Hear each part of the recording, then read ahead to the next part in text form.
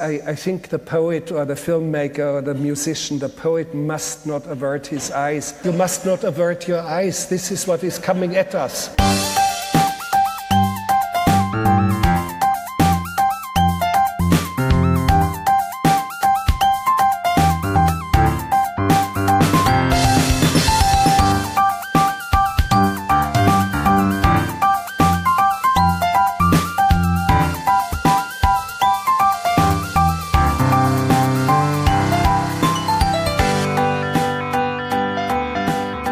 Welcome to One Good Thing, the podcast that's usually at least 4 months behind the rest of the world. I'm Paul Salt. I'm Paul Goodman.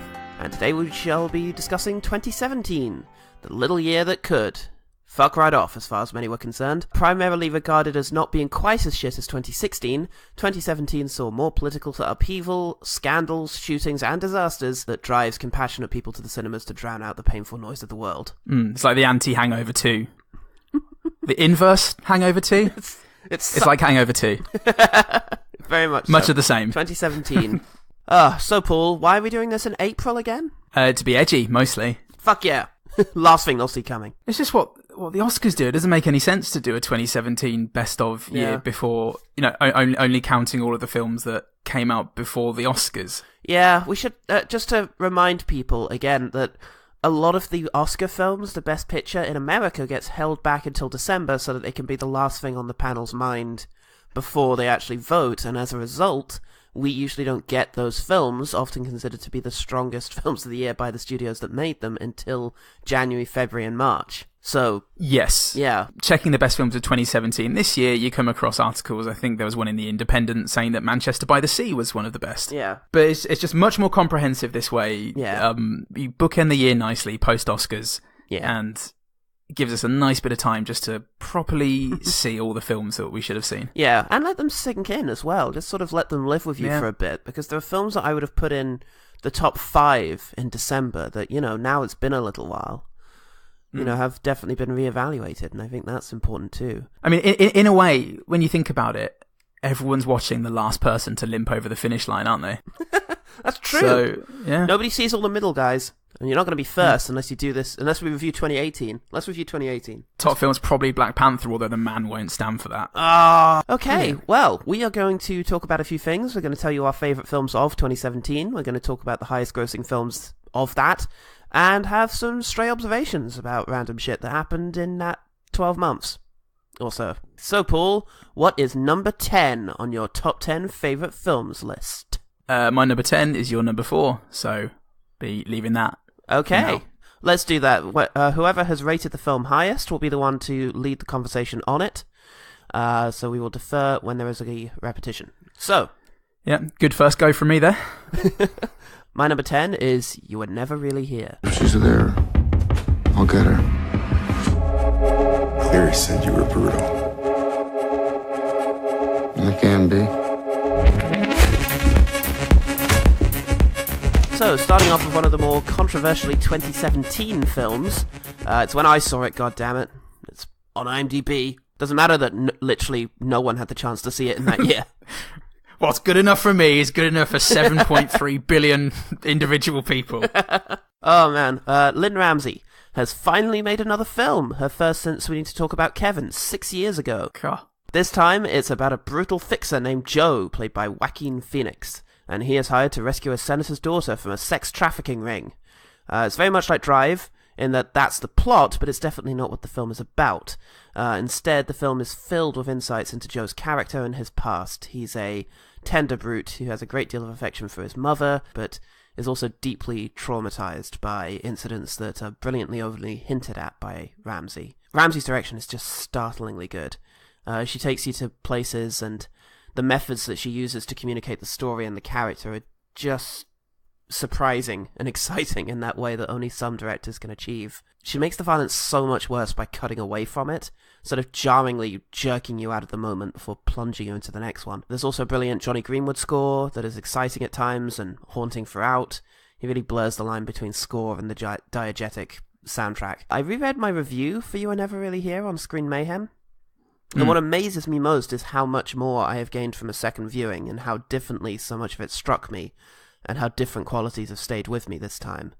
So I think it's one of those films that's just going to stand up to many repeat viewings. I mean, I think many of the better films are, man. Yeah, I just hope we don't have to wait so long for the next Ramsey film, because she really is one of the best. Yeah, or me for You Were Never Really Here. That'd be nice. It'll be here soon. Come on, Australia, release the files. We haven't finished censoring it yet.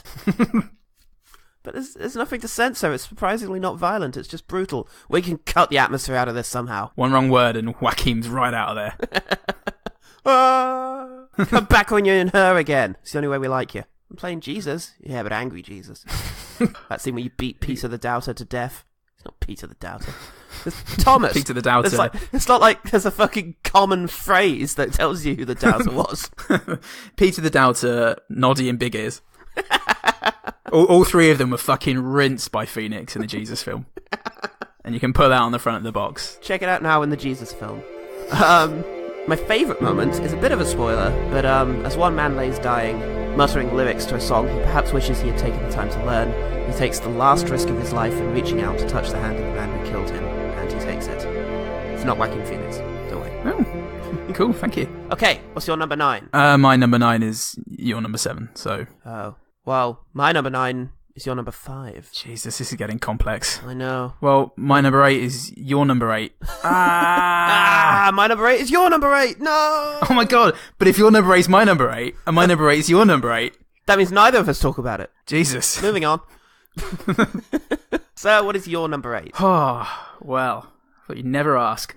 My number 8 is Rian Johnson's George Lucas presents Star Wars Episode 8 The Last Jedi. By Disney? Yes, by Disney. Mine too. What? I know. We just said... Oh. It's all this Jeremy Corbyn nonsense going around. 2017, eh? Too much consensus. Something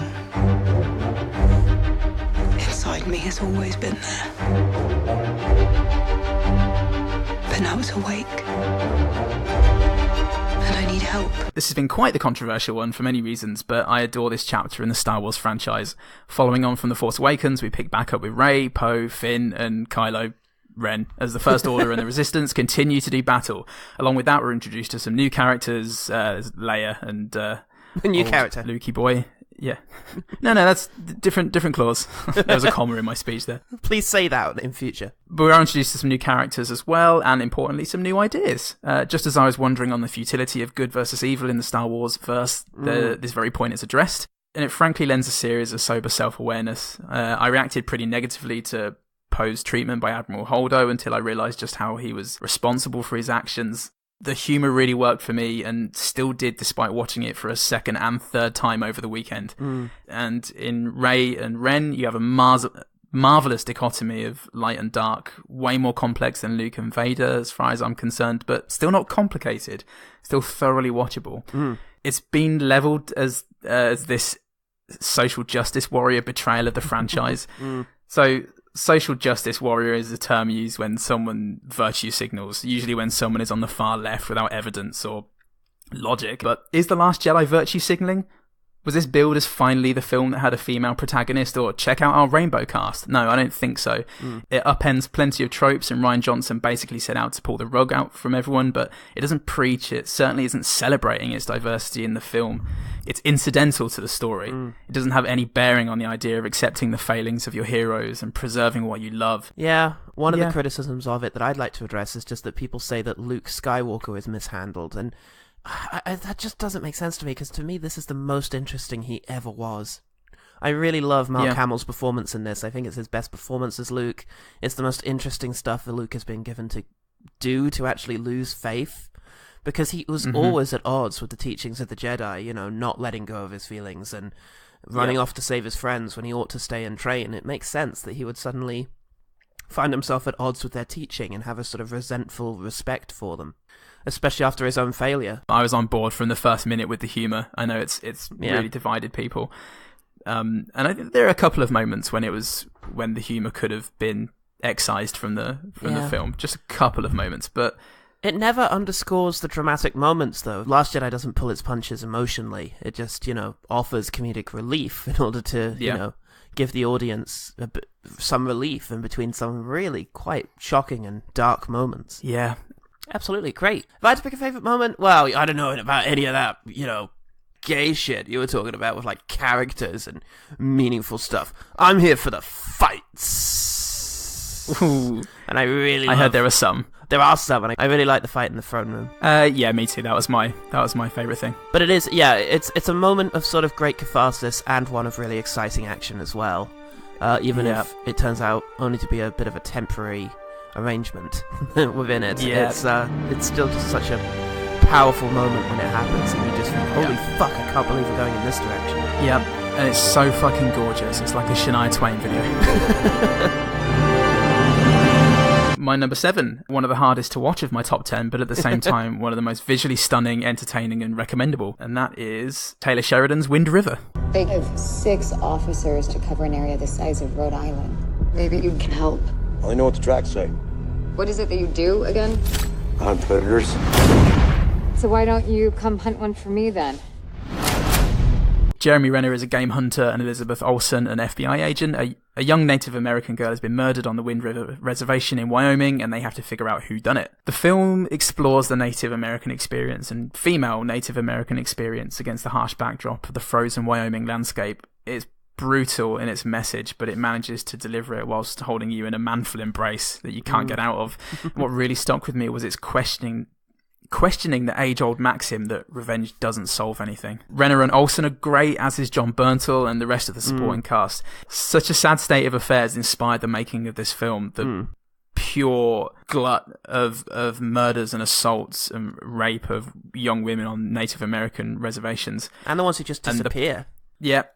And nobody bothers to look. Yep. And the pain is there for all to see. It's on the faces of the people in this film. It's just in every shot. Taylor Sheridan is such a talent. He also wrote Sicario and Sicario 2, I think, which the more I learn about Sheridan, the more I'm excited about. Yeah, Hell or High Water as well, right? Oh, of course, yeah. Yeah. I mean, my one good thing would be the Mexican standoff by the factory in the vast expanse of snow with Jeremy Renner nearby. Yeah, it's a really thrilling sequence. Okay, my number 7 is The Square. What are the biggest challenges in running a museum? We're a museum of modern and contemporary art, so we need to present art that is the art of today, art that is absolutely cutting edge, and the competition is fierce. Yes, my number 9. Yeah. Now, Force Majeure was one of my favourite films of 2014, and it was all about taking an utterly benign situation and asking what would happen if something extraordinary invaded it. With Force Majeure, it was a father who panics in the face of disaster and abandons his family.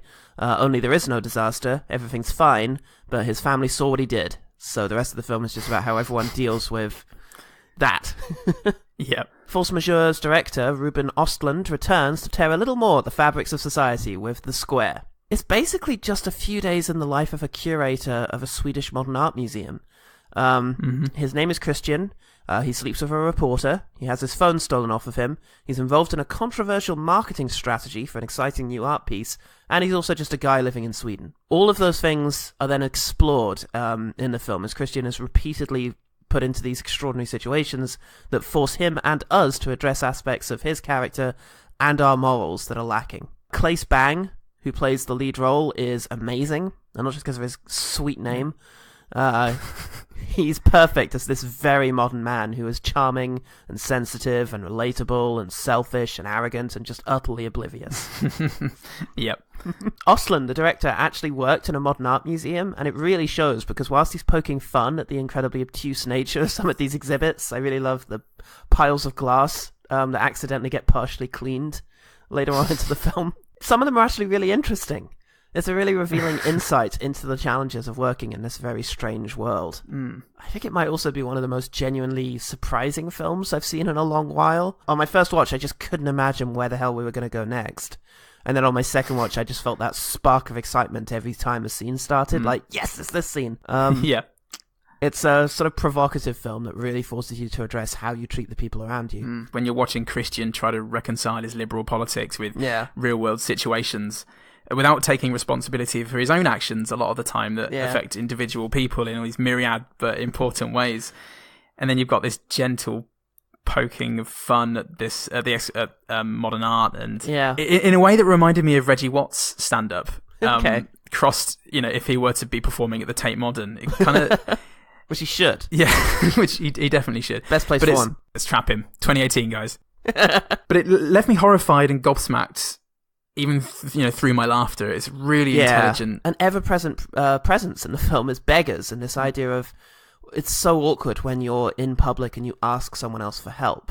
And a lot of us sort of screen out people now, and I think you get to this point where it just becomes too exhausting to care, which is a horrible idea. Yeah. And the film sort of questions, what would it exactly take to push you out of that, to actually help someone who's asking you for help? Living in London, I'm approached by, beggars and panhandlers, whatever you want to call them, multiple times a day, I think. And it does get to the point where it sort of saying, sorry, mate, I haven't got anything, becomes like a reflex action. And you stop really thinking about the implications of it and what you're actually doing. And I think it's that sort of instinct that the film seeks to question, and it desperately needs questioning. Yeah, it makes me think of how that response to a beggar, which would be met with a response of, no worries, God bless, mate, have a good day, or something like that, would always make me feel like, I'm a good person for acknowowledging this I person. interacted. I didn't just stare at my book.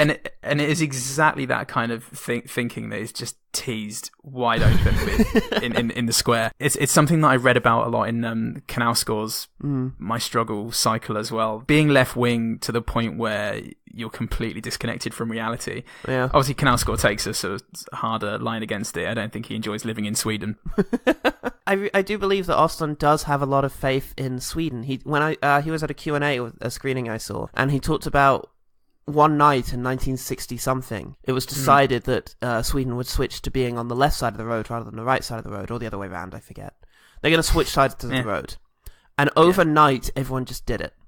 Like the next morning, everyone just got up and drove on the other side of the road, and it was fine, and there were fewer accidents. And I think he has a tremendous amount of faith in what that sort of organization and social contract can do, but doesn't. So it is a sort of wake-up call rather than a everything sucks, oh god, I hate everything kind of thing. Oh, for sure.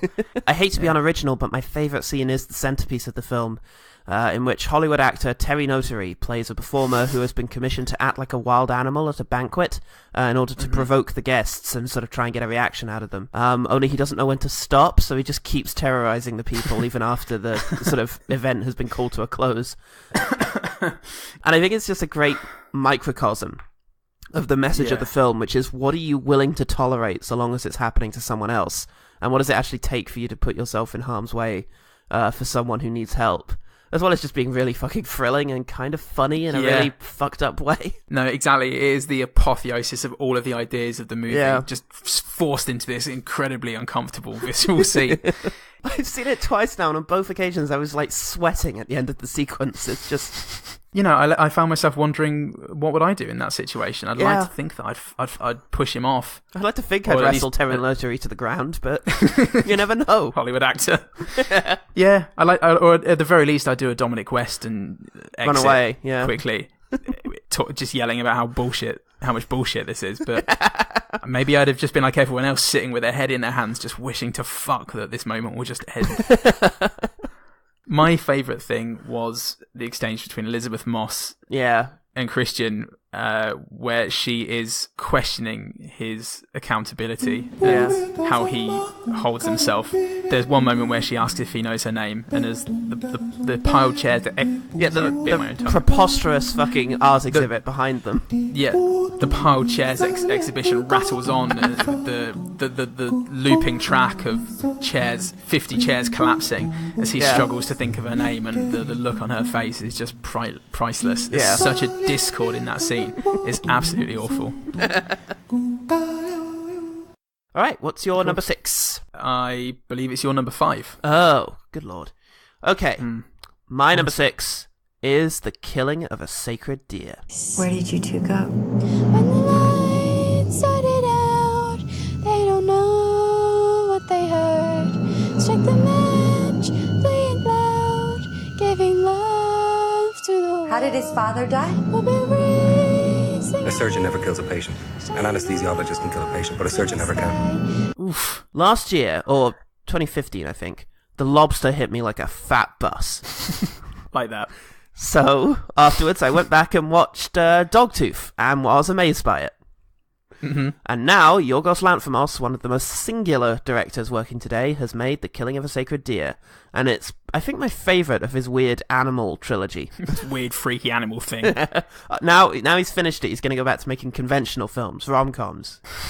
Killing of a Sacred lost guy in 10 days. Colin Farrell plays a brain surgeon who has a mysterious relationship with a boy played by Barry Keoghan, which threatens to affect his life. That's literally all I'm going to tell you about this film. I knew nothing going in, and having only seen the bizarre trailer, and I think that's the only way to see it. Lanthimos is able to draw out the tension of the mystery really masterfully. You'll be confused for the first half, blown away by the second, but utterly hooked on the atmosphere throughout the entire thing. The script is fantastic. The Lanthimos style of talking, which is like a even sleepier Wes Anderson, is back and still fabulous. Yeah. It's really funny, but I don't know, somehow this effect makes everyone really pitifully human. Having everyone speak as though they're in a learning English video just makes all of the characters seem really earnest and kind of sweet or naive. They struggle like they're trying to do mathematics underwater. There's a smoothness to it where I don't know how to describe it other than to just put a clip in here. Your son told me that you've got lots of hair under your arms, 3 times more than I do, and that you've got a very hairy back and a very hairy belly. I probably do have a little more hair than you do because I'm older than you. But soon you'll have more hair too. But there's something really endearing about it, I find. Yeah. Especially when you have great performances. I particularly love Raffi Cassidy and Barry Keoghan, who really take this material and offer something really affecting in their performances. Yeah.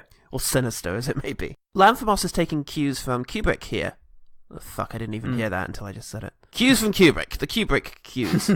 The cues. Our new section. Weekly segment. Cues brick. You've got the gorgeously sparse set design in the hospital. You've got these wonderful gliding, tracking shots that seem to chase characters through the endless hallways.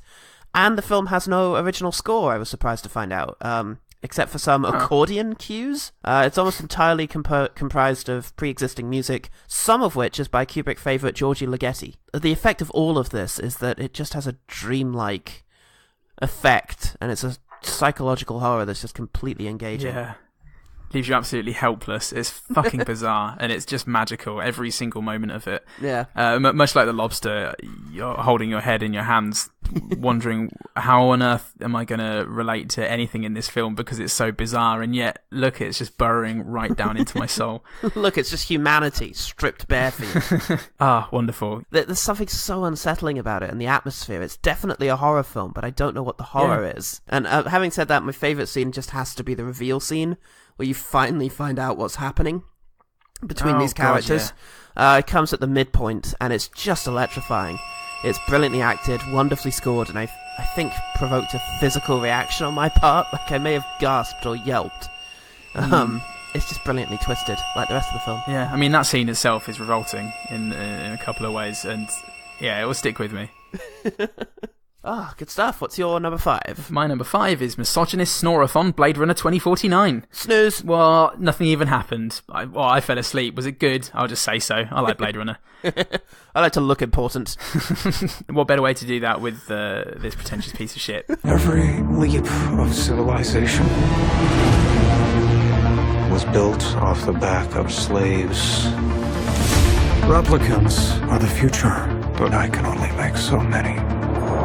Denis Villeneuve does it again. Yay. He delivers a film so absurdly perfect in so many ways that it's a wonder I still have a face. A direct sequel to the original. If anyone had any doubts about this in light of the original, don't worry. It manages to be faithful and respectful to the original whilst building on it with the story of the blackout and what happened to Deckard in the interim, as well as with a new industry that's taken the place of the old. New characters, new pressures, new technology, and it looks incredible. It sounds like sweet, sweet machinery. The Hans Zimmer soundtrack sounds like it was the late, great Johan Johansson doing an impression of Hans Zimmer, but which, I mean, it was just pure power in more than just an auditory sense. It gets right under your eyelids, behind the nose. It's the perfect example of where a good film doesn't feel its length, because it's such an incredible world brought to screen here. Every second of that 2 hours and 45 minutes is as immersive as the last. And also, happy day, Roger Deakins finally won an Oscar for best cinematography with this film.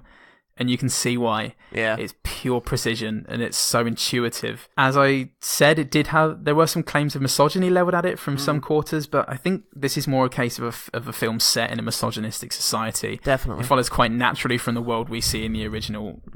Ryan Gosling played to his dramatic strengths. Harrison Ford looked like he gave a shit. Yeah. Robin Wright played a character with great tragedy, and Sylvia Hoeks was just fucking terrifying. Yeah, she's great. Oh, God. So this was your number? This was my number 9, absolutely. And yeah, it's a gorgeous film, and I love its atmosphere. I love the time it takes to tell its story. I love how much of this little futuristic society we actually see, and seeing Ryan Gosling's character going about his life is just gorgeous. And yeah, that soundtrack really does pick up on all of the tender moments and the sort of big bombastic ones. I would say my third favourite soundtrack of the year. Nice. Get more into that later. What was your favourite moment? The Memory Engineer.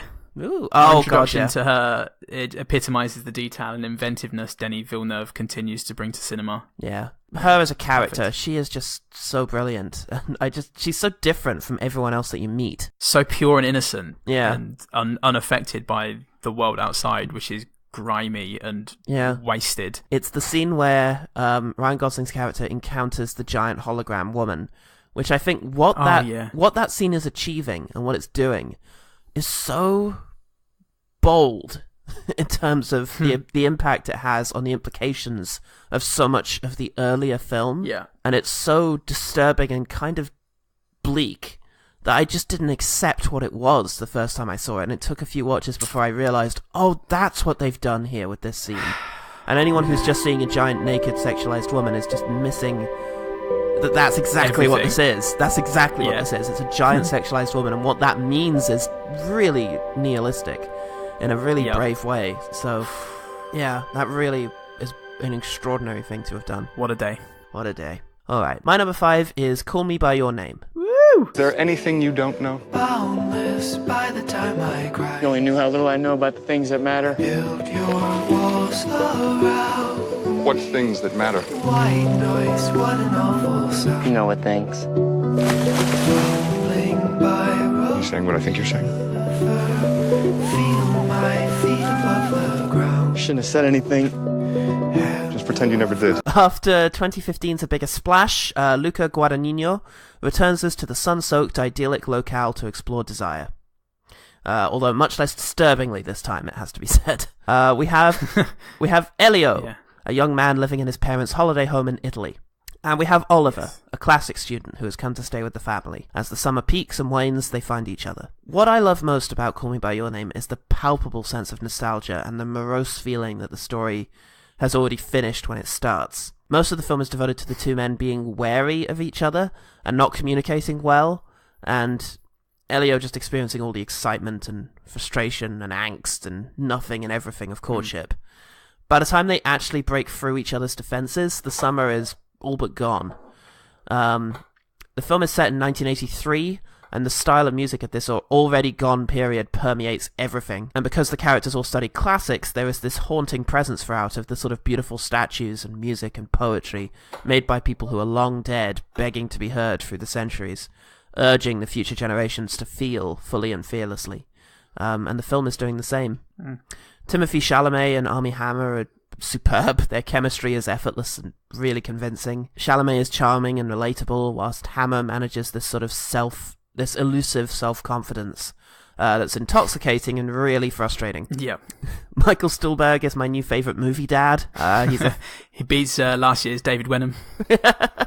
He's sensitive and loving and quietly morose. And yeah, then we have the breathtaking cinematography that powerfully invokes this gorgeous summer in a perfect place, languid editing that puts you in the haze of old memories, and then you've got the music. Sufjan Stevens wrote these extraordinarily powerful pieces of music for the film, and they all bespeak that melancholy of times past.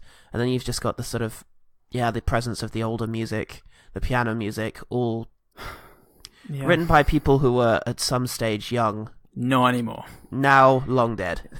Yeah. But they left something behind. place and the setting is so magical. It's sort of fantastical in its own special way. The time, the relationships between these characters are so, like you said, there's such an ease, and it's such a funny and charming ease to the way life just proceeds in this sleepy Italian town. It's so funny and smart, and I remember that film like I would remember a holiday 10 years ago. It's a place that I've been because of this film. It's a location, an island that I've been on, and I cannot wait to go back. Yeah. What was it on your list? Number 6. Number 6. Gorgeous. In terms of favourite moments, I'd say anything in which Armie Hammer dances has a special place in my heart now. Just the disco sequences and him just dancing next to an old car. Beautiful. But my favourite moment, I do believe that the film is more about the impact of the relationship on the main character than it is about that relationship. Hence the title. So my favourite moment doesn't come from the whirlwind romance, but rather a very devastating moment between Elio and his father, where he offers some advice to his heartbroken son. Yeah, I would say that any moment of self-realisation from Elio is pretty great and pretty memorable, and that's what the film does so well. But yeah, it would have to be his conversation with his dad at the end. The row of gay men in front of me in the cinema weeping is testament to how perfect everything he articulated in that scene was. It wouldn't have been the same film without those gay men. Yeah. What is your number 4? So at this stage, any of my top 4 could have been number 1. It all depends on the day, and this is what I decided tonight. So number 4, with a sad little bullet, Loving Vincent. Vincent van Gogh killed himself. How does a man go from calm to suicidal in 6 weeks? I don't see the point in delivering a dead man's letter. Son, if you had died and there was a letter out there that you had sent to me, I'd want it. Directed by Dorota Kobila and Hugh Welchman. It stars Douglas Booth, Jerome Flynn, Chris O'Dowd, Saoirse Ronan, Helen McCrory, and others. A young man journeys to Vincent van Gogh's hometown in order to deliver his final letter, unearthing the mystery behind his death as he travels. Now, this film is probably best known for being animated entirely in oil paintings, and it looks like nothing I've seen before. It is impeccably beautiful. Where Blade Runner was doing something with the landscapes in its bleak dystopian way, I don't think any other kind of animation properly captures the beauty of nature like Loving Vincent does, or the nuance on a person's face. So it's worth seeing for that alone, and that's initially why I wanted to see it. But this film has a particular melancholy at its heart that stuck with me since watching it. As established in previous top 10s, the artist's method and struggle are favourite topics of mine, and this was an enchanting mix of the two. An artist maligned in his lifetime who spent 3/4 of it meandering before realising his gift, working ceaselessly despite ridicule. It's a very simple and human story with some great voice acting, and my second favourite soundtrack of the year by Clint Mansell. Oh yeah. It's fantastic. I'm running out of adjectives here. What I love about cinema are the films that surprise me and take my heart on unexpected journeys, and this was one of those experiences. My one good thing I particularly like the interactions between Douglas Booth and Chris O'Dowd as son and father. There was a lot of life and death in what they said and didn't say, and it really sets the mood for the rest of the film. I was very surprised by how accessible the structure of the film is, because it takes the very familiar murder mystery route, in which you have a character sort of interviewing the various people who knew Van Gogh and sort of having them tell their part of the story. It allows for some really great episodes, and at the heart of the whole thing is just this story of how a small society treats a man who has mental health issues in various ways, and that's a really provocative subject. Absolutely, and it's a film that draws people in, I think, with the premise and the gimmick, but once you're there, it's actually got the content to keep you.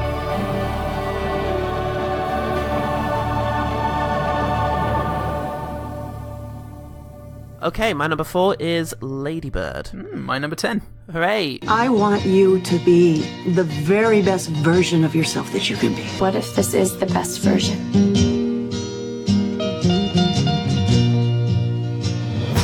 Greta Gerwig's directorial debut is fantastically well accomplished.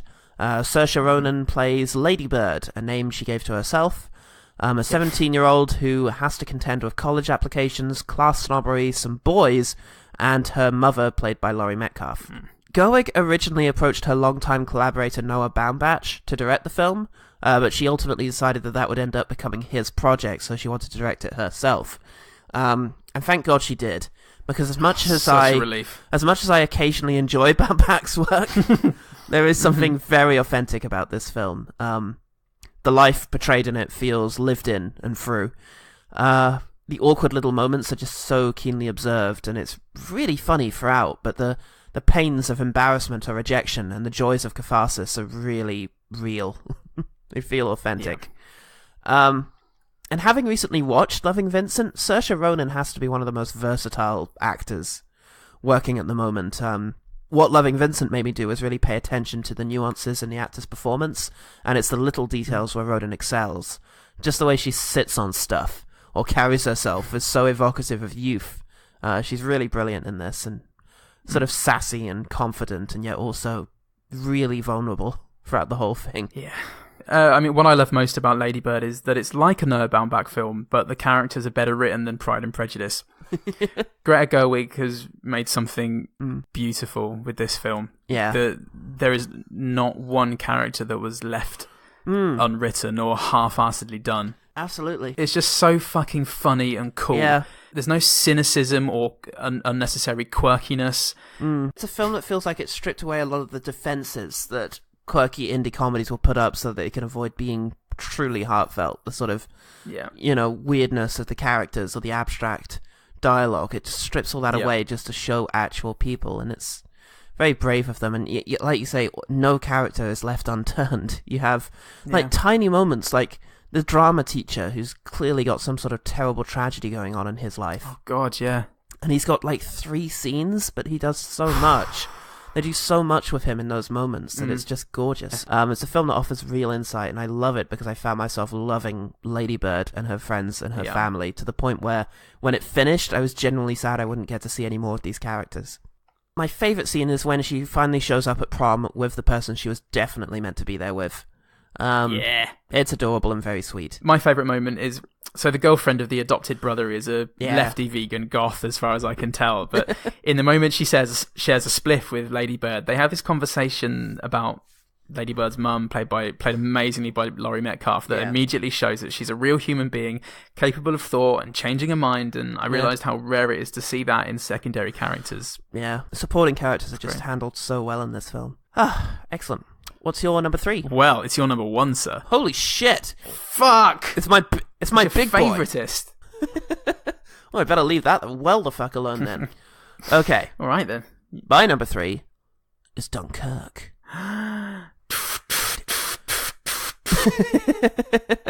Rave on the beaches. Where are we going? Dunkirk. I'm not going back. There's no hiding from this sun. We have a job to do. If we go there, we'll die. Now, war movies can be very bloated affairs sometimes. I recently watched The Longest Day, which is also the longest movie. Take that, 65-year-old movie. Idiots. The backlash starts here. The Longest Day cuts around many different protagonists at different stratas of the war, and it's very good, but it's pretty exhausting at nearly 3 hours long. So, what would happen if you stripped out a war movie? Took out all the superfluous characters, all of the, heading back to base, took out everything except the experience of warfare and desperately trying to survive in a horrible situation. You get Lady Bird, which also stripped out the comedy, the warfare. Christopher Nolan brings various trademarks to Dunkirk. There's a tricky narrative structure that, as previously discussed, is actually pretty intuitive and brilliantly allows Nolan to tell the story he wanted to tell with no excess. There's a reliance on practical effects, which actually forced him to dial back on the action. To brilliant effect, actually. I keep seeing historians complain that there were actually hundreds of destroyers at Dunkirk and, the beaches aren't busy enough and all of this, but the effect of bringing this down to a smaller scale is that the action remains relatable, and there's actually a better sense of scale.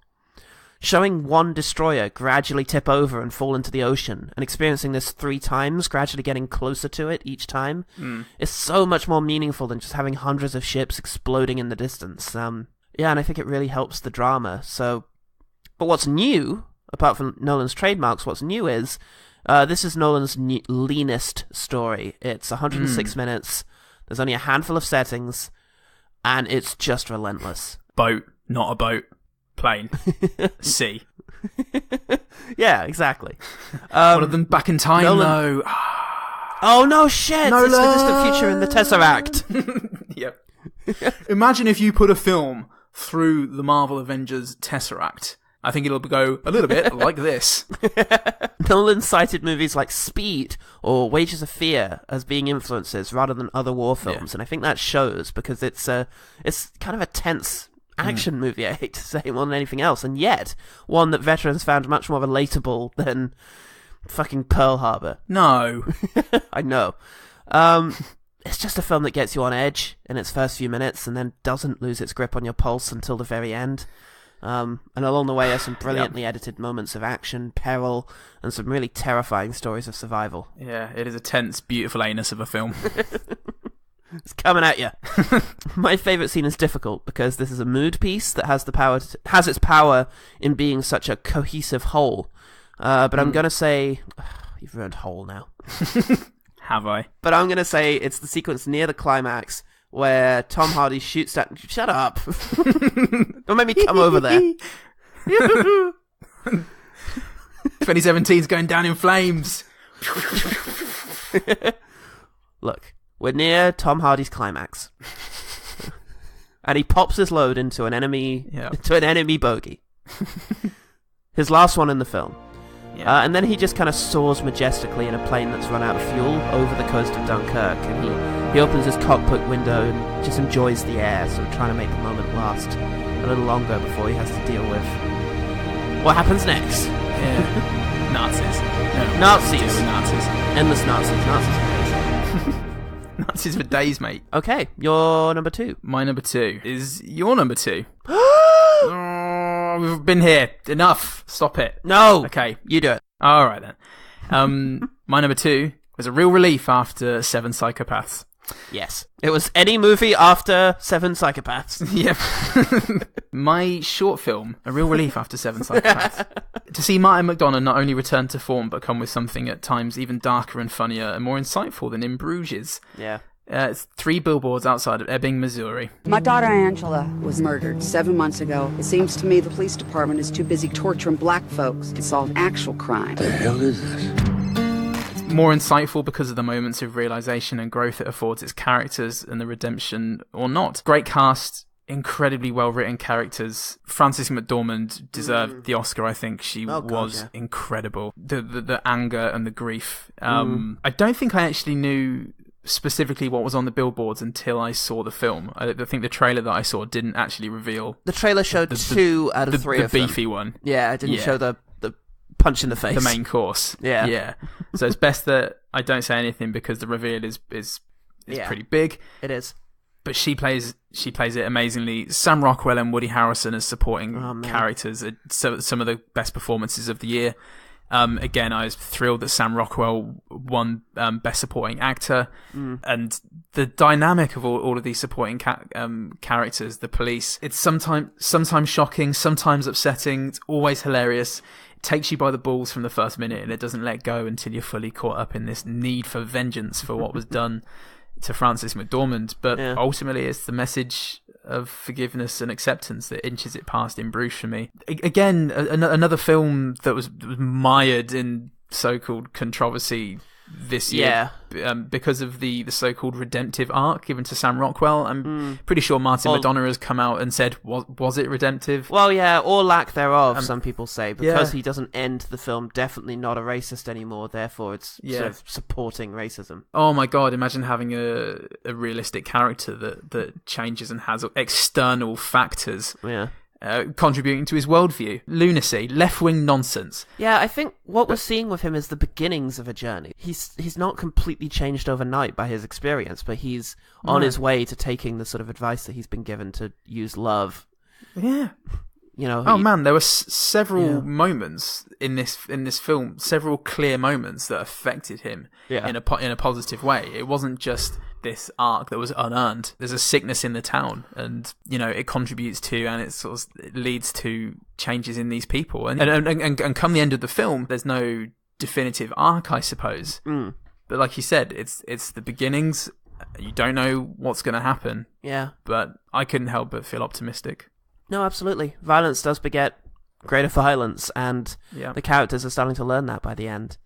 It plays out kind of like a farce sometimes, like the characters being exactly where they need to be, and sort of in order to learn their big lesson, and it gives it a sort of mythic quality to it. This is like a Shaggy Dog story that you're being told of this little town and how it got wrapped up in this extraordinary circumstance. And yeah, that darkly comedic tone makes it really accessible and just really fun. It allows it to explore some very deep stuff. I mean, my one good thing is there's a moment of mercy shown to Sam Rockwell by Caleb Landry Jones's character, who's great in this. Who's fantastic in it as well. There's about 5 minutes of the film that is the emotional fulcrum, I think. Right. Everything hinges on this. Not hinges. Everything's balanced on this centerpiece. Yeah.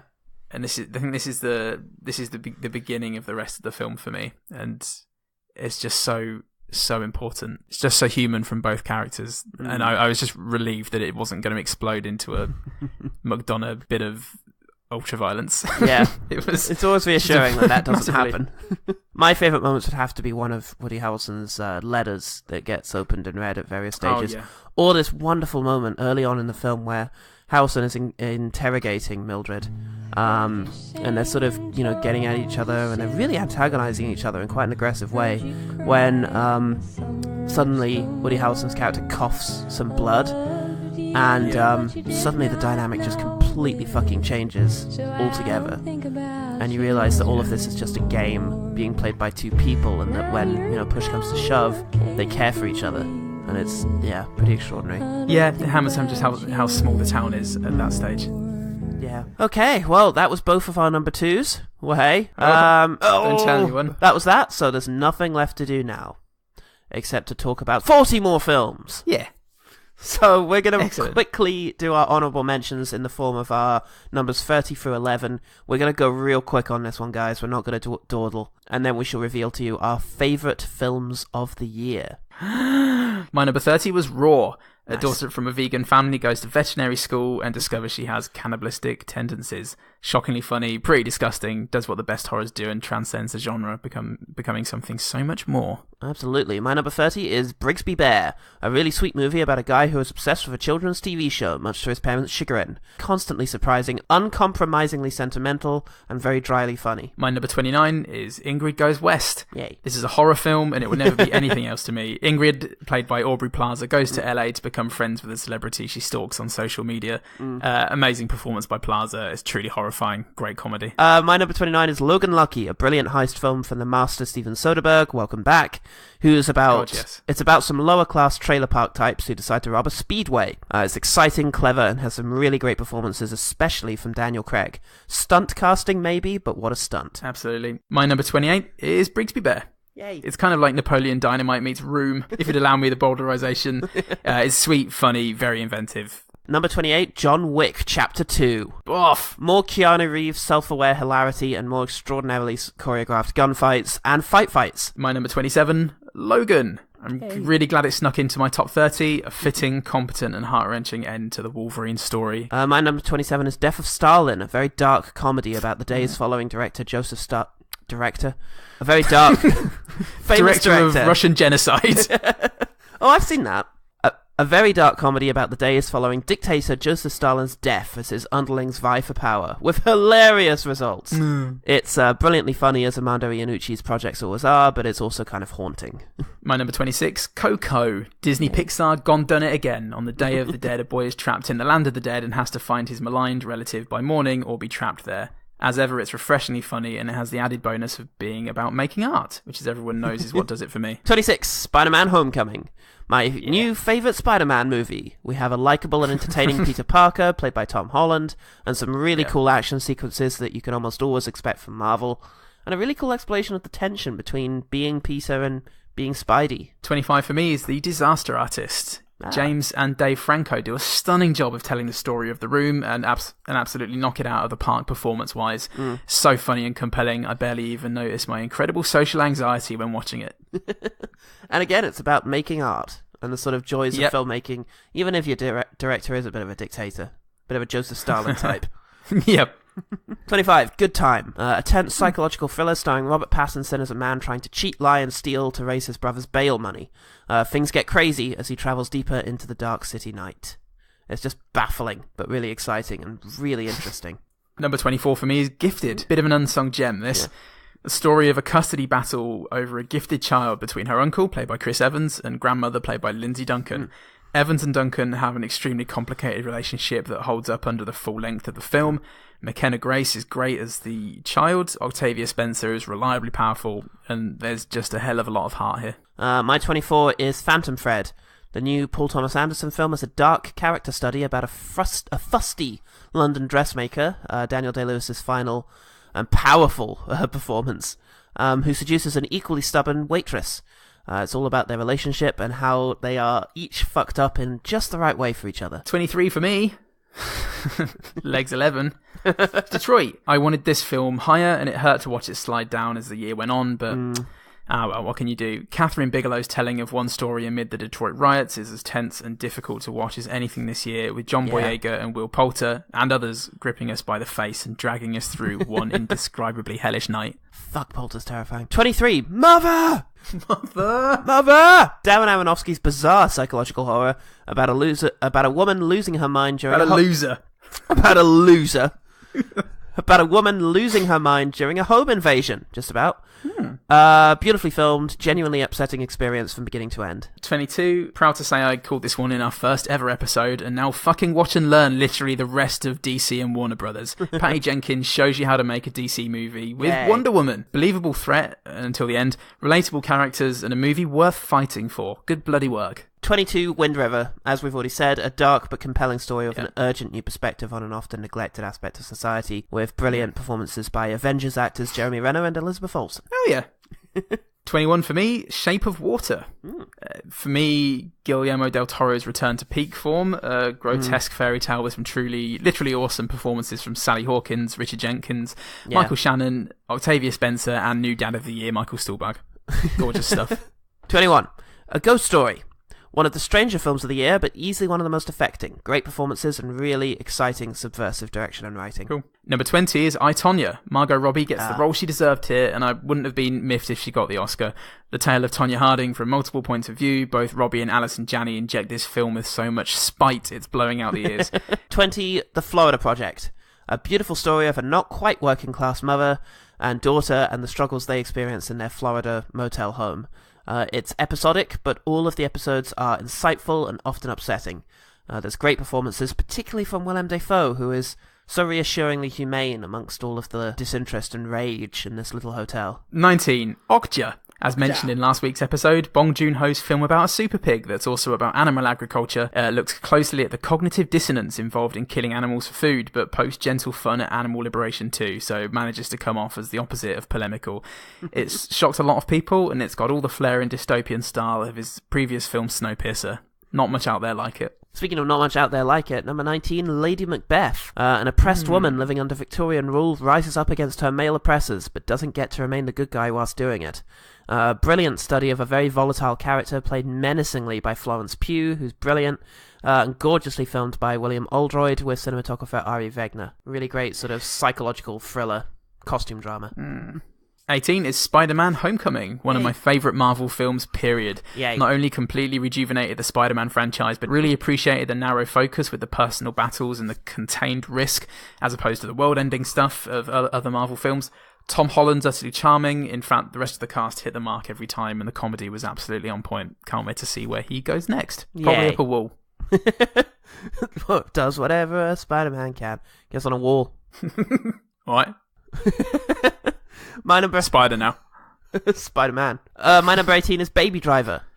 Edgar Wright's bank heist movie, and that really ought to be enough to sell it. Yeah. But it sees Ansel Elgort as a young man with tinnitus who just happens to be one of the best getaway drivers around, as well as just a nice, charming guy. It's got all of the amazing editing and action and music and joy that you would expect, and it's just a really fun treat. Number 17, Phantom Thread.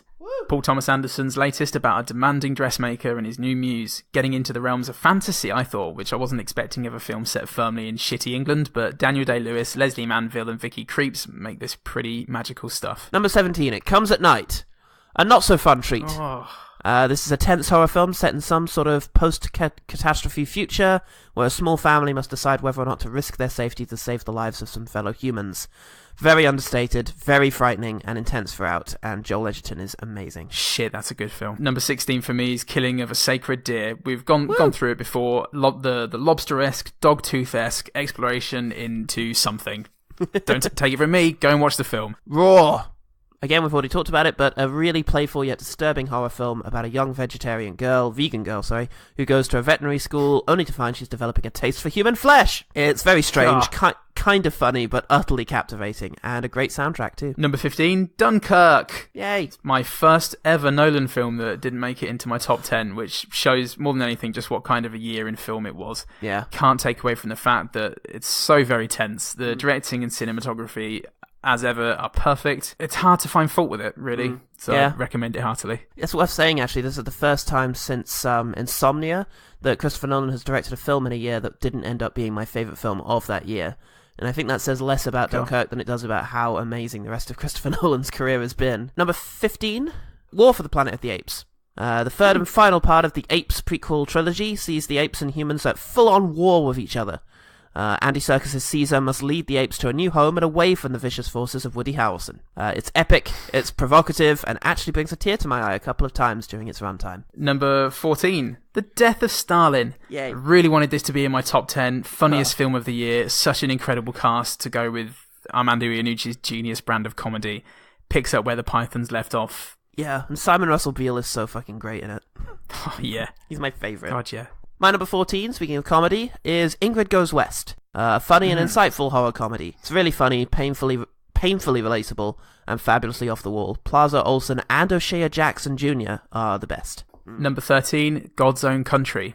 Again, I wanted this to be higher, but here it is at number 13. Yeah. It's one of the most viscerally beautiful love stories I've ever seen, and hopefully I get a chance to talk more about it at a later date because it deserves a whole episode. If we ever review a really terrible gay romance movie, or a really terrible movie set in Yorkshire, we'll do it as a one better thing. Yeah. Logan. Yes. At 13, I've been in love with the X-Men since 2000, and Logan just feels like a beautiful way of tying it all off, even though it's obviously not. It's bittersweet and intelligent, and of course thrilling. The violent action is the best that Wolverine has ever been involved in. I wouldn't love this movie if not for Daphne Keane, who is extraordinary as the fierce but charismatic young Laura. Oh, God, yeah. But it's also just Hugh Jackman and Patrick Stewart at their franchise best. When are we going to be at our franchise best? Wait for episode 142 when it gets meta. It's going to be a big one, guys. Number 12, The Big Sick. It's one of those pleasant surprises, going in not knowing what to expect, but manages to be equal parts hilarious and heartbreaking comedy about love and family in a very unexpected way. Yeah. Just amazing performances all around, cutting and funny, and it manages to be this high on my list despite the stand-up within the film not being funny at all. Yeah. Which just goes to show how great a film the rest of it is. Yeah. Come on, Bo Burnham, you know better than this. Number 12, The Shape of Water. A heartfelt plea for understanding and humanity from Guillermo del Toro, and a profoundly sweet story about a mute woman and her unusual lover. It's an exciting story of escape, a moving story of a love that doesn't give a fuck about societal norms. Lots of interesting subplots and great characters, but driven by Sally Hawkins in a fantastic lead role. In a fantastic car. Now, 11. Mother! Touch and go, whether this would be in my top 10, but it was pushed out by films that I feel I could watch more than twice. Is it a film about Mother Nature, as Aronofsky and Lawrence said, or is it about Aronofsky himself, his creative process, and the damage he causes to other people? It's probably the first one because they said so, but to me it meant something more, and it's just spellbindingly, comprehensively awful in the best way possible. My number 11, and the hardest one to cut from my top 10, is God's Own Country. Yeah. The story of hard-won love in the Yorkshire countryside. A young farmer is initially resentful of the Romanian hired help, who comes to assist on the farm until they bond over some pot noodle and some lamb evisceration. It's a stark tale of love in the roughest of circumstances. And I just love the performances of the parents he has too, who may also be the grandparents. Yeah. And it's left a little ambiguous by the sort of baffling terms that people have up there. Just all vowels. the dad/granddad played by Professor Quirrell. Oh yes, of course, yeah. Gorgeous. Paul? Yes, Paul. What was your favourite film of 2017? The very best one that renders everything else we've talked about utter shite. Well, Paul, let me tell you, 2017's best film, starring Casey Affleck, is Manchester by the Sea. Yay! Oh, brilliant. Love it. Oh, I love that film. A ghost story. Oh. When I was little, we used to move all the time. I would write these notes, and I would fold them up really small. And I would hide them, so that if I ever wanted to go back, there'd be a piece of me there waiting. Directed by David Lowery, starring Casey Affleck and Rooney Mara, I went in not knowing what to expect, and it blew my mind a little. Rewatching it a couple of weeks ago, I was worried that initial overwhelm, I'm winking because I made a reference to the film, might have influenced my reaction to it, but I was just as gripped this time, maybe even more so knowing what to expect. Yeah. The plot, what can I say about the plot without spoiling it completely? It's really best just to go in having, at the very most, seen the poster. Yeah. I don't want to say anything more about it. Let me just say, I think it really depends on the audience's willingness to go with what the film is showing you. Yeah. And like I said, I'm not going to go into the plot, apart from the fact that it's a love story between two people, Affleck and Rooney Mara, but their relationship is so rich and real in just the first 10 minutes of the film that everything else that happens after is near perfect. The film is haunting, not in a horror way, in a nice way. Lingering shots that tell the story without a word being needed, and my absolute favourite soundtrack of the year by Daniel Hart. Yeah. It is just auditory ecstasy. It could just be the ecstasy that I was on. It's a film about love, which I love, told in a totally unique way and without any excess whatsoever.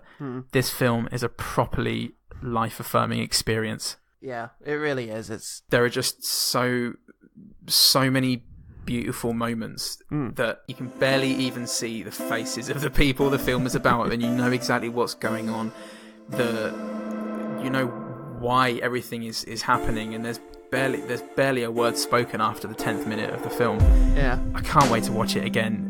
If I had to pick the one good thing about the film, it's the end, and I don't mean that in a in an OG team, oh, it finished sort of way, but all I will say about the end, it doesn't matter what it was, just that it was. Yeah, absolutely. Like Bill Murray whispering something at Scarlett Johansson. Exactly.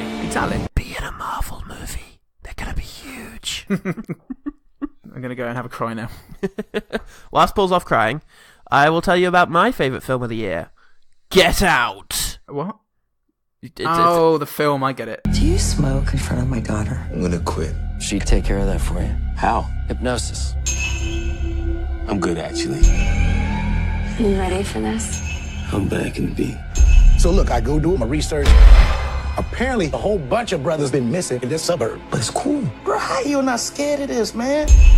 My number 3. Yay! A young black man goes to meet his white girlfriend's white parents in the white-ass country.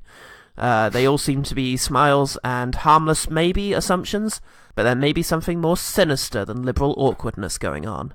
Will Chris figure out what these creepy people are up to, and will he be able to leave? Go away quickly. To excavate hurriedly. Oh, Get Out. How do I love you? Let me actually count the ways. Firstly, it is an excellent horror film which really frightens and disturbs me. Chris's dream about the deer is brilliantly sinister and one of my all-time favourite match cuts. It's also a great thriller with a palpable, breathable sense of unease throughout the entire thing. It's the dictionary definition of creepy, in that the unease comes from not knowing whether you should be afraid or not. There are fabulously tense sequences like the brother, played by Caleb Landry Jones again. That's the one.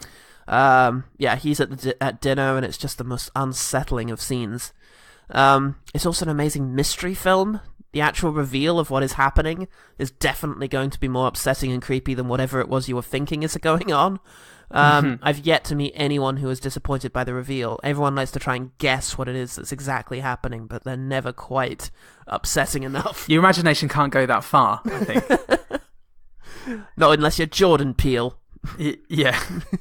Lastly, it's just an amazing little piece of cinema. The direction is stunningly well accomplished for a first-time director.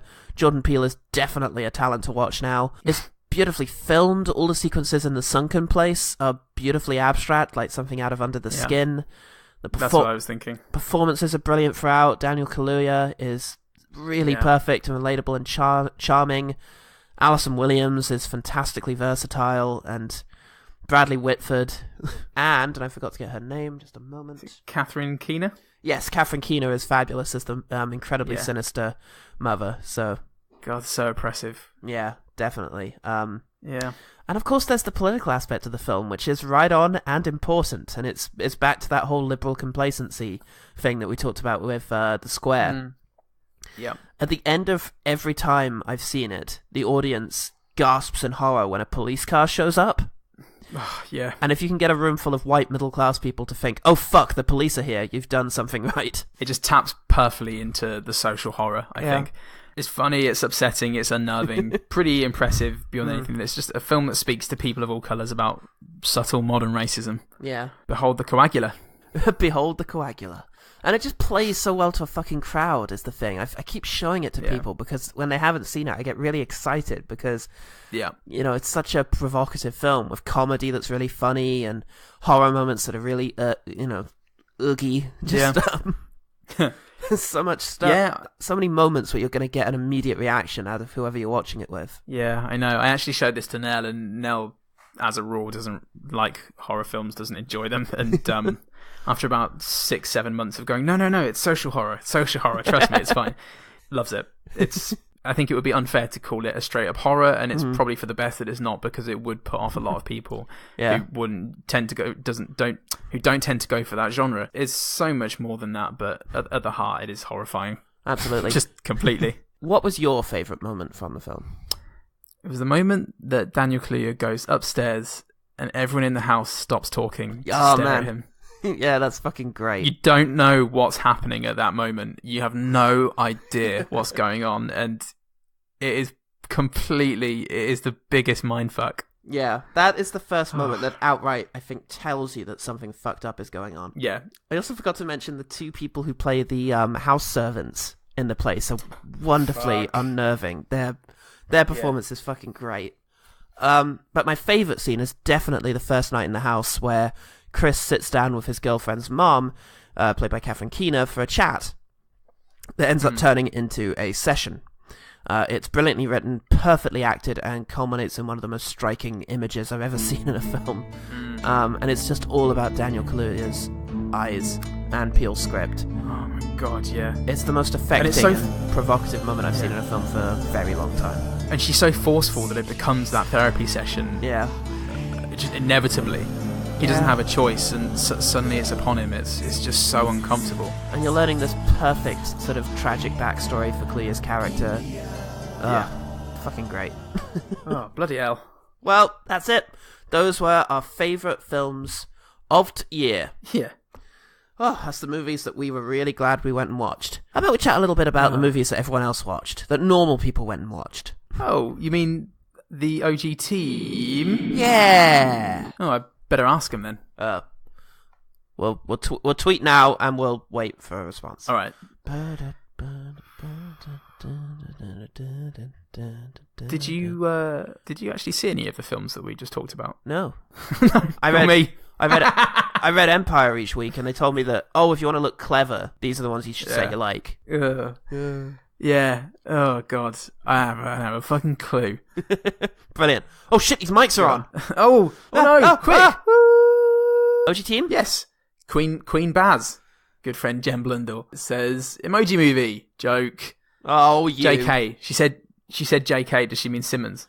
Yeah. JK Simmons. Oh, okay. Emoji movie's great. Film. On top of that, though, Logan made me proper cry. Ragnarok and Last Jedi were also great. Those are the only three 2017 films I've seen, as it turns out. The only 17ers. Well, if you're only going to see 3 films, it should be our top 3, obviously. But if you're going to see 3 other ones, those are pretty good. And Manchester by the Sea. Yeah. Matthew Gray at Clockwork Writer, recommender extraordinaire, says, a ghost story for me. Nice. Hands down the most affecting, haunting film I saw all year. I certainly got overwhelmed. Oh, you did the nod as well. Oh, man. Look at that. It's mates for you. Janelle Heald? Oh. Held. Held? Who's that? Hellard. Janelle. She says, I've been trying to choose just one and failing, but I must for the Pool Boys. Yay. If I base it on emotional response combined with how I feel right now at 6:14 Australian Eastern Standard Time. Was that right? Yeah. Sweet. My choice is Loving Vincent. Yay. Ask me tomorrow and I could say Get Out, Call Me By Your Name, or Wind River. Yay. Very good stuff. Good films. Yeah.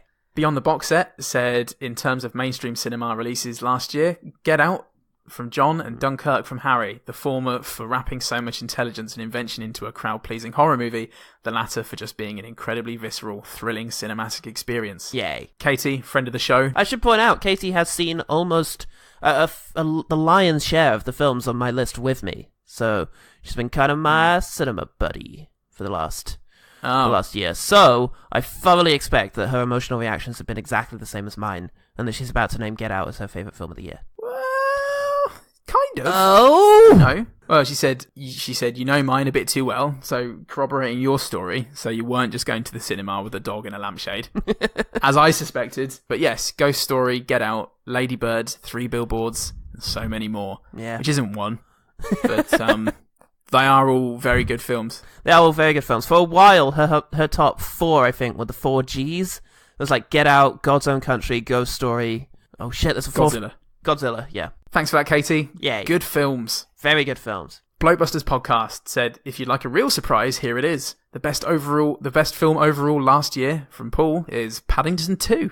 Ooh. Yes, I'm serious. It's really that good. I didn't see it. No, I haven't seen it either. That's one of the big ones. No. I found the trailer a little off-putting. I'm sure it's brilliant. I really liked the first Paddington, but I don't know, the humour in the trailer is just wasn't my kind of thing. But I really must give it a go, because I do love the first one, and I love Ben Whishaw and Brendan Gleeson, Hugh Grant, all those guys. And Sally Hawkins. Oh, yeah, she plays Dawn. Wonder if we see a muff in that. Oh, good. That was me spitting out tea. Yeah, I didn't actually see the first Paddington, so I didn't get around to Paddington 2 for obvious reasons. It didn't make any sense. But I will. Such a deep plot. Finally, You Know What I Like podcast said, Call Me By Your Name for how affected I was by the movie afterwards. I had to go and sit in a Wetherspoons afterwards and just sit with it. Gorgeous, tragic, heartfelt, and so bathed in cinematic history that you need to show a peach a good time. Wetherspoons? Oh, the film! Oh, yeah. Great. I see. Wonderful. Well, thanks, OG team, for that, and thanks especially to Nell for actually sitting through 50 2017 movies in the final 2 weeks just so I could sort my list out. But look at those films we saw. All that great stuff. And you know what else people saw? The top 10 highest grossing films of the year. That's what. Oh. They went and put them in their face. Let's have a quick look. Number 10 highest grossing film was Wonder Woman, which is excellent because breaking down some boundaries there, hopefully teaching people that, hey, Elektra might not have been the only fucking female superhero movie that we need to pay attention to. Yep. For Ragnarok, which I think we both enjoyed, but as I've said before, it did just underscore some of its more powerful moments with its comedy. But otherwise, it's a really entertaining film. Meandered a little bit for me, but it was just so refreshing for Thor that, I mean, Taika Waititi really took shit and turned it into gold. Yeah, and it's good to have a character at last for Thor as a sort of personality, a very well-meaning jock, basically. Yeah, who's that was good.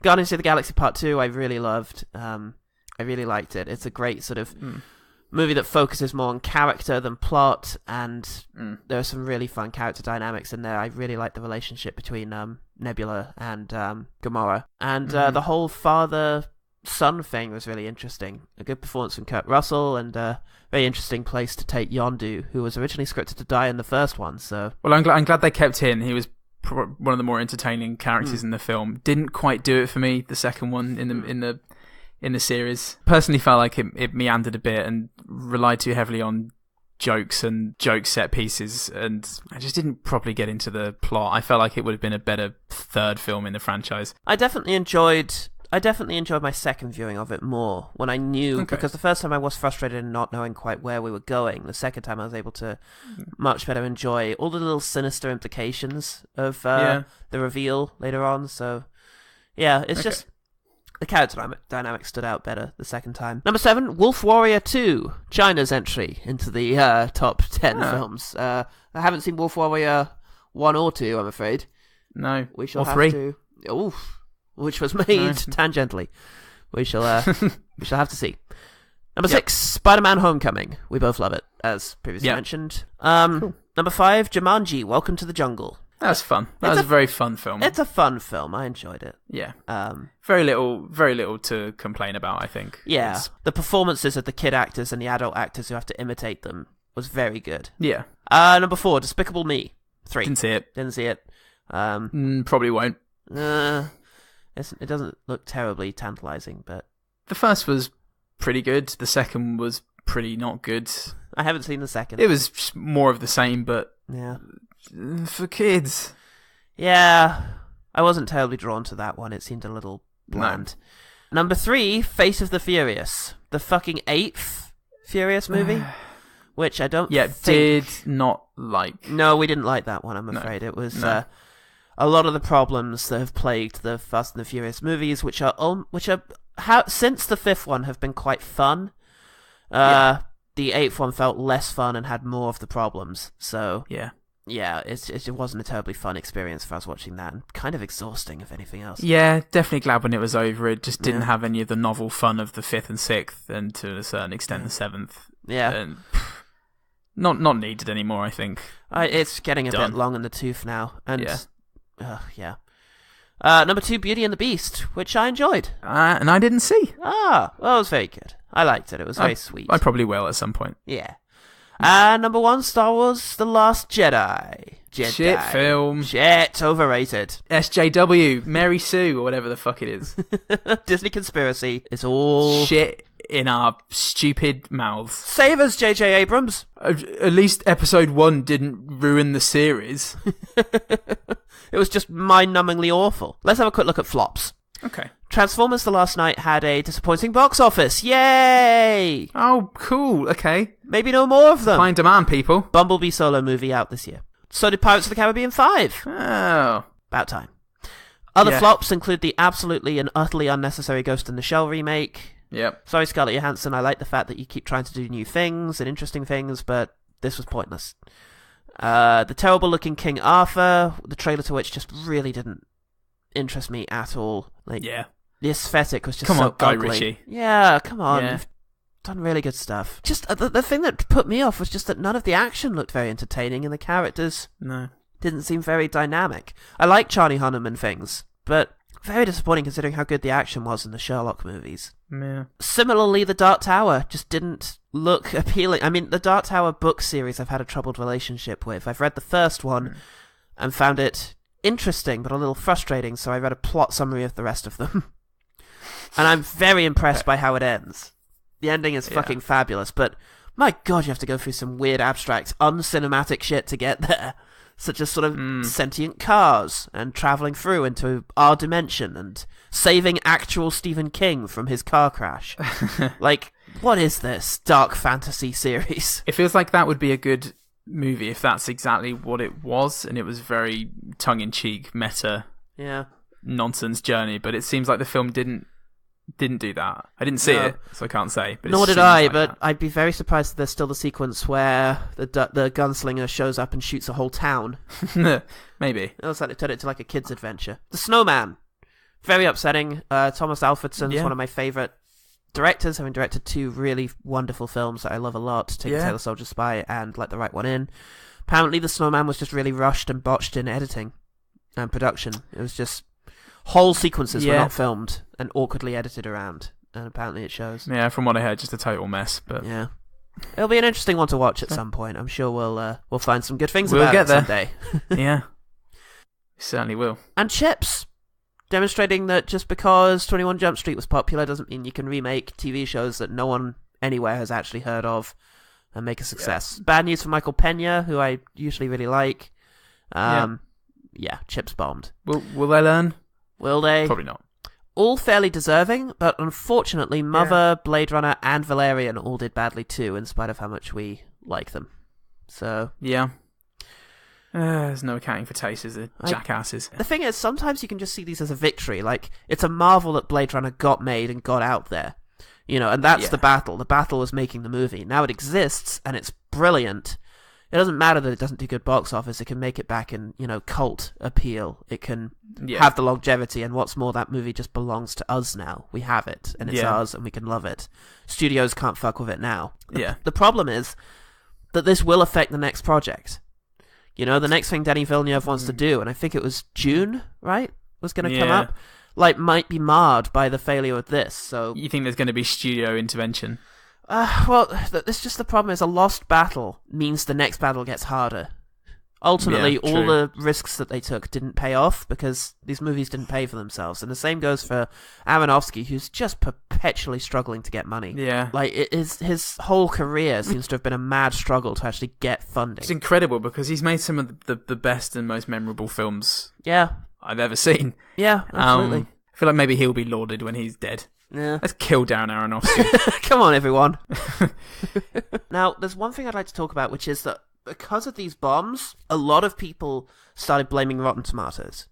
The Rock claimed that this was responsible for the failure of Baywatch. Yeah. And there's a feeling that critics are undermining these movies.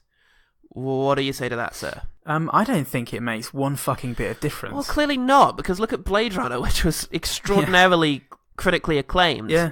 And struggled at the fucking box office. Or Last Jedi. I mean, not that it struggled at the box office, but when you compare that to the audience score, on it, it's half. People are clearly not. And I don't know. Before the Last Jedi, who the fuck gave a shit about the Rotten Tomato audience score? I never even heard of it until the Last Jedi became a thing. IMDb is where you gauge public reaction. The Rotten Tomatoes audience score, that's nothing. Actually read some of those reviews. They're nothing. In terms of a film failing, I think there's a lot more to it. It doesn't take a genius to look at the trailer for Baywatch and go, oh, garbage. It might be likable garbage, but people are saying, they're complaining that there's no more safe bets anymore. Now, as a film critic, I like the idea that there's no safe bets, that you can't just put this film out, but it might lead to studios taking even fewer risks, which is frustrating. That shouldn't be the lesson. The lesson should be, hey, Pirates of the Caribbean 5, nobody had an appetite for. Try putting your money into something new. It really depends. I mean, what was unsafe about Baywatch? For a start, it feels like a pretty safe bet, rehashing an old show for a modern audience, nostalgia audience, sexy people, and it just fucked up because it wasn't any good. Evidently, believe it or not, the internet can be a good thing, and I think buzz for smaller films that take risks is enough. That you're hoping that the right studios will keep funding the right projects, and people will always go on making safe bets because that's what studios have always done a lot, and hopefully successive safe bets will also lead to trusting certain directors and writers to create, to make really inventive, original art. Like Netflix always say that the success of those giant Adam Sandler films, are the things that allows them to fund things like Annihilation, for example. Or all of the TV shows they make. It's like the interesting work they do is funded by the boring work that they do. And I worry that big studios work the same way, and that the failure of Transformers 5 isn't going to lead to everybody putting their money into the next Aronofsky film. It's just going to lead to fewer risks. That's the worry, but you never know with these things. Yeah, it's kind of like when I used to work in a bookshop, and you inwardly scoffed whenever somebody bought 50 Shades or a Dan Brown novel, but they paid for the lights to stay on. If this year is anything to go by, there will be many more years to come of fucking cool, inventive films. And I think it's just studios will realise that there is demand for both of these things. There'll always be shit. There'll always be very successful safe bets, but there'll also be some very successful risks, I think. Absolutely. Okay, let's finish up with just some stray observations about 2017. TV in 2017 has been fantastic. Yeah. BoJack Horseman Season 4 is the best fucking series of anything I've seen in a long, long time. If you've seen it in the past and you weren't sure about the first season, it just gets better and better. This last season was incredible. And then we had The End of the Fucking World, which was a small sort of UK production, which was very special in its own way. best TV show I watched last year was Twin Peaks: The Return, which Sight and Sound actually named as its second favorite movie of the year, which was kind of confusing. Okay. Yeah, really gorgeous. It's It's just 19 hours of new David Lynch stuff. And that's all you need, really. Is the whole Dougie thing gets kind of tiresome, but around it is just some of the most inventive, bizarre, and provocative kind of cinema that has been made in the last since he stopped working. I really hope that this marks a return to the cinema for David Lynch, but in the meanwhile, this was fabulous. Thank you so much for this. Do you want to talk about the best pictures? On the Oscars? Yeah. Sure. I just think the spread of movies in the best picture category were fucking incredible. Yep. A second year in a row of just utterly fabulous films. Yeah. Half of my top 10 films of the year were nominated for Best Picture. A couple of dull choices in there, like The Post, which was fine. Oh, yeah. It was good. I kind of liked it. I completely forgot until this moment that it was directed by Steven Spielberg. It's fine. It's good. It's fine. Gary Oldman was fine. I think Darkest they're Hour. Better. Yeah, It was his time, wasn't it, to get his thing? It was his turn. I'm just really I was really disappointed in The Darkest Hour for being so unwilling to interrogate Churchill and his legacy at all.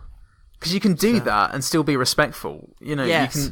You can still say he was a great man, but he also struggled with depression, and he was also a terrible military and peacetime leader for the most part. Bit of a racist. Bit of a Tory, but at times when he was a Tory, not when he was crossing to other parties. It just didn't do anything. That underground scene, the scene on the tube, was just really cringeworthy. Oh my god, that was awful. Yeah. That was too much to bear. That and any representation of British politics in that film was fucking embarrassing. Surprised that Shape of Water won so many. I think there were more sort of deserving pieces, because I think it was a good film, but I don't think it was better than the others. And maybe it's unfair comparing it to Pan's Labyrinth, but I was surprised. I really loved Shape of Water, and I was very glad to see it pick up so much stuff. I was very surprised because of how unusual it is. So yeah, great. It's a really exciting time for Mexican cinema, and yeah, it's a really nice sort of subversive film, and maybe it was just the safest bet at this stage because there's very little controversy around it other than its unconventional love story. But I mean, sure, I'd like for Best Director to have finally gone to Christopher Nolan, just because this was a really well directed film, and I love him, and I'd love to see him actually get that award.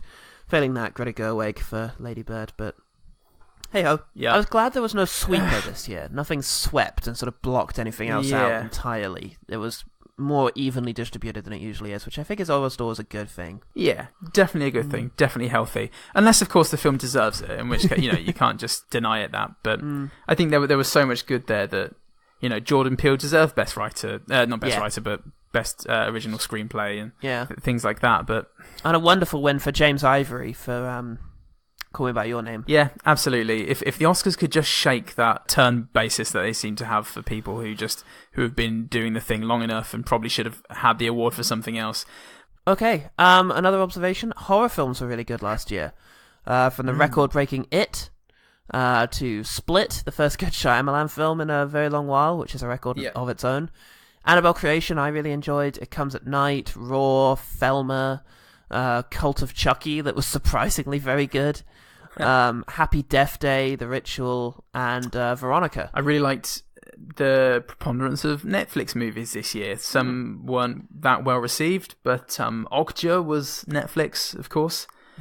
I also really enjoyed Bright. It was pretty much universally slammed, but I really enjoyed it, and I think that Netflix has been doing some really good stuff with that. Yeah. Is it the death of cinema? No, obviously not. Grow up. It's just there. There's room for everything. Yeah, there's room for everything. Would have preferred to see Annihilation this year on the big screen, but ditto. What can you do? What can you actually do? Well, that's it for me. Yeah, I think we'll leave it at that. Cool. Well, thank you very much for listening to One Good Thing. Yeah, thanks so much for sticking with us that entire year. Who knows what the next year is going to bring? Films. Inevitably, yes. Yeah. We're not going to sit down. Anything else right now? All agree just not to make them this year. You know what? I don't know. Bloody film art. Wait, who's ever said that we had to do this? This year is just theatre. We're going to have films again next year, but for now, just theatre. Well, yes, and with that in mind, let's see what the next year brings. Yeah. Who knows what's going to happen when it becomes January 2018. Please follow and review and all the things. Yeah. We had a lovely tweet from Victor Gamboa this past week to say, if you're ever feeling down for any reason, I recommend giving OGT Pod a listen. The theme song alone is enough to brighten your day. #podcast excellence. Aww. If that's not the nicest thing anyone's ever said about us, I will eat the world. If you have lovely things to say, why not put it in an iTunes review? Ooh. Really show the world that the poor boys mean business. Sure will. Excellent. Well, I'm Paul Salt. I am Paul Goodman. And remember, the one good thing about 2017 is that it's been over for about 4 months now.